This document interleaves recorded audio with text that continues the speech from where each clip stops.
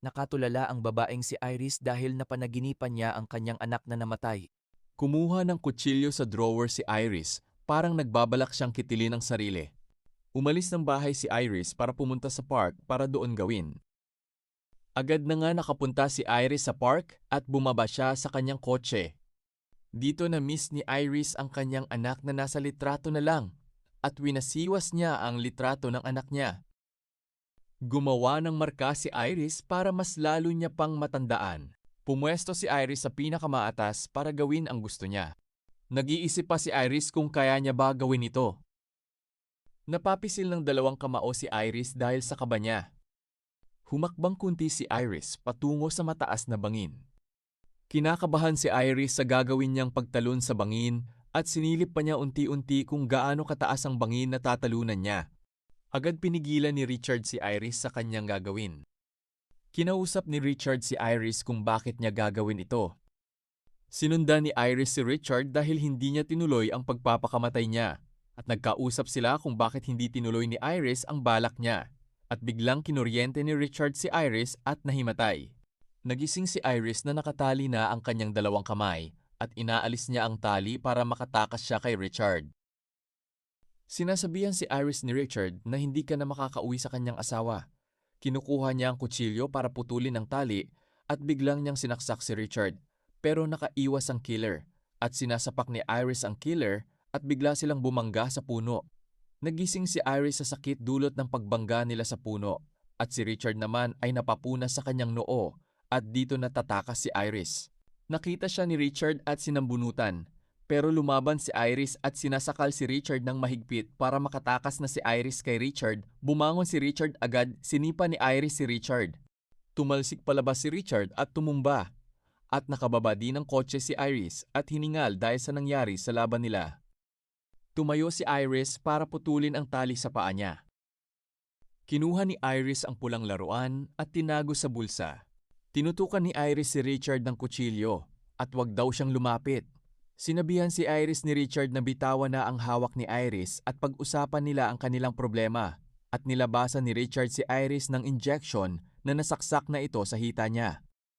Tumakbo si Iris pero hinarangan ni Richard. Sinabi niya na pakawalan na si Iris. Kinukuha ni Richard ang hawak ni Iris at tumakbo dahil sa sinabi ni Richard na 20 minutes paralyzed. Hiningal si Iris at naghanap ng daan. Unti-unting nararamdaman ni Iris ang epekto ng gamot na ininject ni Richard sa kanya na 20 minutes paralyzed. Natakot si Iris at nakita si Richard na paparating, napatumba si Iris at unti-unting na napaparalyzed, ika-ika na maglakad si Iris dahil umekpeto na ang gamot sa kanya.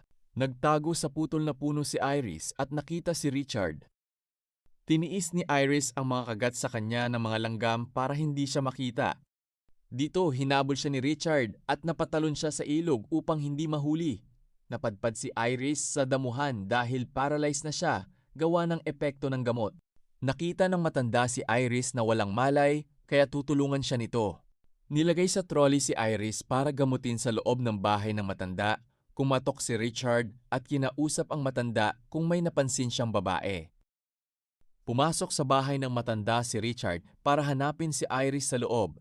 Sinabi ng matanda kay Richard na wala si Iris sa bahay ng matanda. Nakita ni Iris ang paa ni Richard habang siya nasa ilalim ng kama na nagtatago. Tinulak ng matanda at tumama siya sa istante. At agad tumayo si Richard sa ginawa ng matanda. Sinabi ng matanda kay Richard na tatawag siya pulis kapag hindi pa umalis. Biglang sinunggaban ang matanda. Pero sinusuntok niya ito. Hinampas ni Richard ng lamp pero napigilan ito. Natumba si Richard at may dinadampot sa sahig na panaksak. Paglapit ng matanda ay biglang sinaksak sa paa ang matanda. Napahiga sila, pero namatay ang matanda. Tumitingin si Iris kay Richard at hinahanap siya nito. Napatingin sa kama si Richard na parang may gumagalaw na kumot. Sinunog ang bahay ng matanda at ginagalaw ni Iris ang daliri. Hindi mapa-start ni Richard ang sasakyan niya. Paglingon ni Richard, nakita niya si Iris na umiiyak na pala. Agad pinuntahan ni Richard si Iris sa sopa, binuhat siya nito sa bahay na nasusunog at iniwan ang matanda. Sinabihan si Iris na dahil sa kanya ay nagkagulo, umalis na sila sa bahay na nasusunog na ginawa ng killer. Dito nakikinig si Iris sa anak ng killer, nakausap ng killer na si Richard, nakausap ang anak para sa celebration ng anak ni Richard. Dito bumaba si Richard para magpagas at nakakita siya ng bumbero. Dito, nakita ni Iris ang dalawa para sa tulong habang bumibili ng pagkain si Richard sa store at balak ni Iris tumakas. Nangginigik at pilit pinipindot ni Iris ang belt. Napayuko siya dahil hindi niya ito talaga kaya itulak. May batang sumilip kay Iris. Gusto siya kausapin nito. Lumapit ang bata kay Iris at naalala niya ang kanyang anak. Gusto humingi ng tulong ni Iris sa bata na tumawag ng pulis. Pero biglang dumating ang nanay ng bata para pabalikin ito. Lumapit si Richard. Nakita ni Richard na hindi na suot ang belt at sombrero ni Iris kaya pumasok sa sasakyan si Richard. Binalik ulit ito ni Richard. Habang nag-iisip si Iris para makatakas siya, pero may biglang dumating na pulis at sinilip ang tao sa loob nito. Tinawag si Richard ng pulis para kausapin sila sa kalagayan. Hinihingi ng pulis ang mga ID at lisensya nila kung totoo ang sasakyan. Binigay naman agad ito ni Richard mga ito sa pulis. Sinabihan si Richard na expired na ang kanilang lisensya. Pinuntahan ng pulis si Iris para kausapin siya kung anong nangyari. Pero nagdahilan si Richard sa mga pangyayari at inalis ang kumot. May nakitang syringe ang pulis sa ibabaw nito at bigla hinampas ang pulis. Sinaksak ni Iris ng syringe ang hita ni Richard pero hindi niya ito mapisil. Dito nagkausap sila tungkol sitwasyon. Problema lalo na yung balak ni Iris sa una. Hinila si Iris para isakay sa bangka. Ang lupit ng naisip na paraan dito ni Iris. Nagkukunwari siyang umiiyak para makuha loob ni Richard. Pinapakuha kasi ni Iris yung bagay sa bulsa niya. Tapos plano niya kunin yung kutsilyo sa likod ni Richard dahil sa gigil niya sa killer na ito, sinabihan niya pa walang sisiyan si Richard, sabay saksak sa leeg. Nabuhay pa ang killer na ito at gusto talaga gantihan si Iris. Binaril na ng ilang beses, nakuha pa rin niya talaga atakehin si Iris. Pero wala nang nagawa dito si Richard. Nagawa ng bumagsak sa tubig. Napatingin pa dito si Iris sa kamay niya.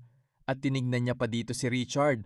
Umaahon pa dito yung killer. Pero 50-50 na rin siya dito.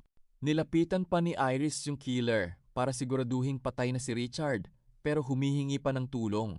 Sa gitna ng laban nila, nagwagi talaga si Iris kahit paralisado siya. Hindi naman ginusto ni Iris yung gantong pangyayari. Nagkataon lang talaga. Lumapit sa kanya si killer, yung depressed ka na nga sa buhay mo, namatayan ka na, tapos gagantuhin ka pa. Yun lang guys, maraming salamat. Maraming salamat sa panunood. Huwag kalimutang mag-like at mag-subscribe.